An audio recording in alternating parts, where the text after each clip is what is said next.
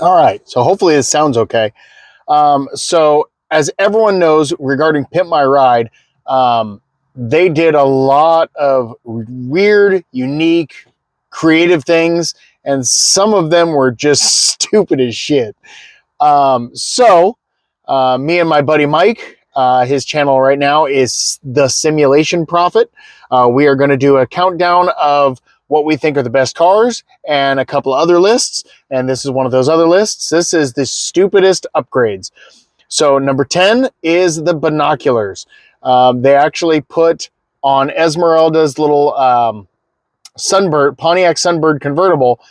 They made a post that hooked onto the frame of the sunroof, and it was literally a pair of binoculars glued to like a tiki mask. You know when you're at the beach and they got those high-powered binoculars? Yeah. Well, guess what? We hooked you up with your own set right here in your car. Check them out. Wow. With these, you can see for miles and miles to come. And they tried to make it like, oh, we're giving you this kind of like those upgrades where you go to like the New York Empire State Building and you can put a quarter into the big binoculars and look around. Almost like it was that, and it's like, no, it's just binoculars glued to a mask. So that was dumb. Number 9 is the football launcher. They put this in Calvin's Malibu, and it's not there anymore. Spoiler. Diggity Dave, wow me. Beauregard, remember back in the day when we used to play football and sometimes there weren't enough players so we had to have one universal quarterback? Well, that's what I'm going to put in the back of Calvin's trunk, an automatic quarterback. It was just a really stupid toy. It was a hard plastic football, and you would push the button and it would pressurize up and then just randomly shoot it off, and it would shoot it like 30, 40 feet. If it worked, it'd be kind of neat. If it was still there, I'd keep it in there, but it's not, and I'm restoring his car, and I'm not putting that back in. Plus, I don't even know if I would be able to find it. Number 8 was the slide outdoors. Now, they did this on Richet's Ford Taurus. The back doors they made actually just slide straight out. They didn't seem like they opened enough to really allow access back into the car. I don't know if she's got to actually leave with those like that. But it was kind of like, okay, it's unique. It's not good unique, but it's unique. Number 7, the Salmon Cannon 3000. This was on the Ford Contour that they did, and it was it was stupid. The bit was stupid. It was funny to watch Cabe get mauled by a guy in a bear suit. In the woods, minding your own business, and your car gets attacked by a hungry bear. Not again. But yeah, it was dumb. It was dangerous. I asked the guys, and they're like, "Oh yeah, they for sure removed that." Now, the next time a bear comes looking for food near your car, just fire the cannon and watch the bear run. The scent of salmon lures the bears away every time. Before we gave it to the girl, but they made it a whole long, like I think 2 or 3 minutes of the episode focused on the salmon cannon. So it was a big part of the episode, but it was stupid. Thanks, Salmon Cannon 3000. Number 6 was the jackhammer speaker that was put into the Jake's Buick. Jake, we know you're really into audio. So Jake, check this out. Holy crap. What is this? It was an 85 Buick Century, and it wasn't a great car, and it was a 300-pound subwoofer. They took out his back seats and shoved this thing in. So basically it would be just like right here behind the 2 front seats. Took up a ton of the car, weighs a ton.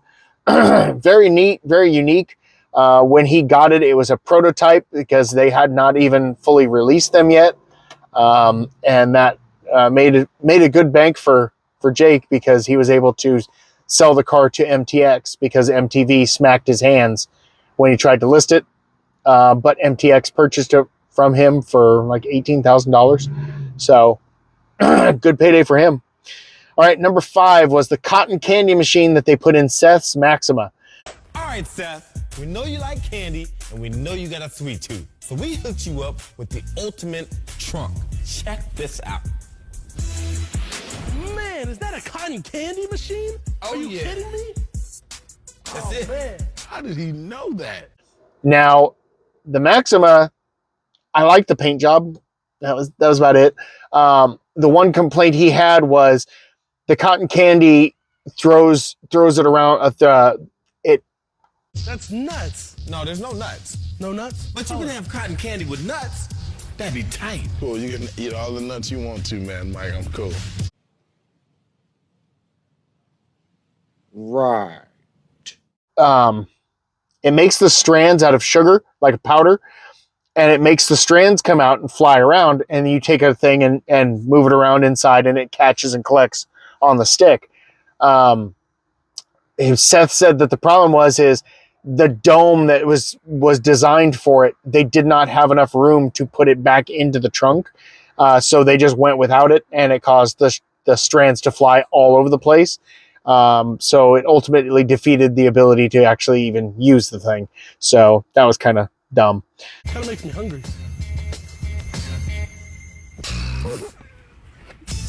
Okay, so number 4 was Antoine's Mitsubishi Mirage. He got a 2-gallon fish tank. Fish tank. Fish tank in the back. This might be the most spectacular part. That was sealed with silicone all around the edge so it wouldn't leak. And there was some fish put in it, and they gave them a little tube to feed them. And good luck extracting the fish out, because in a hot day in LA, they would turn into fish soup within a few minutes. And I couldn't imagine the smell. So it was neat. It's definitely neat. It's not practical in any way, shape, or form. And those 2-gallon tanks sucked. I know, I sold them at Walmart and Pets. Number 3 was the PSP conveyor belt. A little bit different, but I don't think you'll be disappointed. Check this out. Yeah. Oh my goodness. Is this that PSP? Yeah. Oh you know what my time it is. God. 3 of your very own PSPs on your own customized conveyor belt. The gentleman was in a Mitsubishi Eclipse, and he worked at the airport handling baggage. And so they put in 3 like seatbelt conveyor belts that would just kind of jerk back and forth, and they put a PSP on each one. It was neat to look at. It was stupid, but it was neat to look at. Not practical in any way, shape, or form. As far as I know, they stayed in the car, but obviously the PSPs literally looked like they were just set on top. So obviously he'd take those in the house. But yeah, I don't think the PSP even allowed for like link up play, which is kind of a bummer. But yeah, it's like, okay, you got three handheld units for 3 people in your car. Okay, cool. Number 2 was Shalomon's Ford Probe.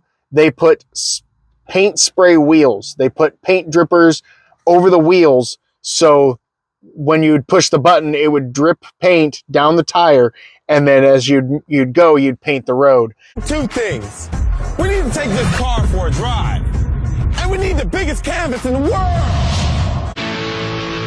Let's go.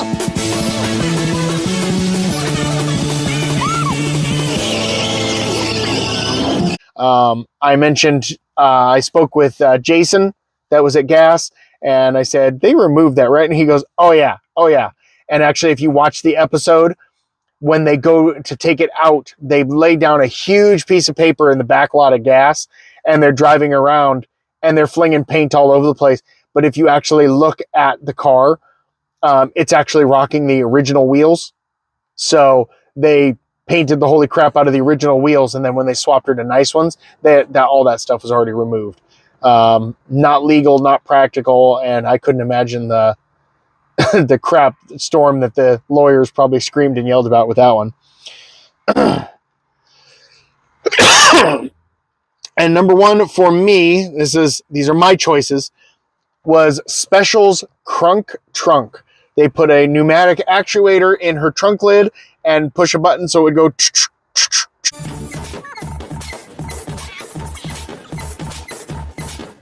And it would do it pretty quick. And they filmed a bit with Jason and Mad Mike where Mad Mike's controlling it and it cuts Jason's arm off. Dude, Jason, you better be careful, man. Say you cut your arm off. Stop lying, Mike. You want to try?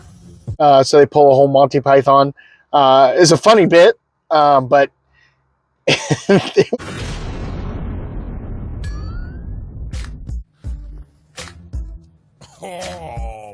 was stupid. If you've ever had a car, like a tuner car that has a big spoiler on it, I had a Neon that I purchased that had a big old Wings West whale tail, double layer spoiler. It was huge. It probably weighed 40 to 60 pounds. There was a couple times where you'd put the trunk lid up and be doing something. The wind would catch it and it would push it down. That thing was a guillotine. If it had actually caught me, it would have messed me up. So seeing the trunk, it's like, ugh. But yeah, those are my 10 stupidest things that Pimp My Ride put in their cars. If you'd like to get in on this, I'd love to see your list either in the comments or make your own video and tag us in it. And look forward to see what you got and what you thought was some of the dumbest upgrades. All right, thanks for watching. Bye.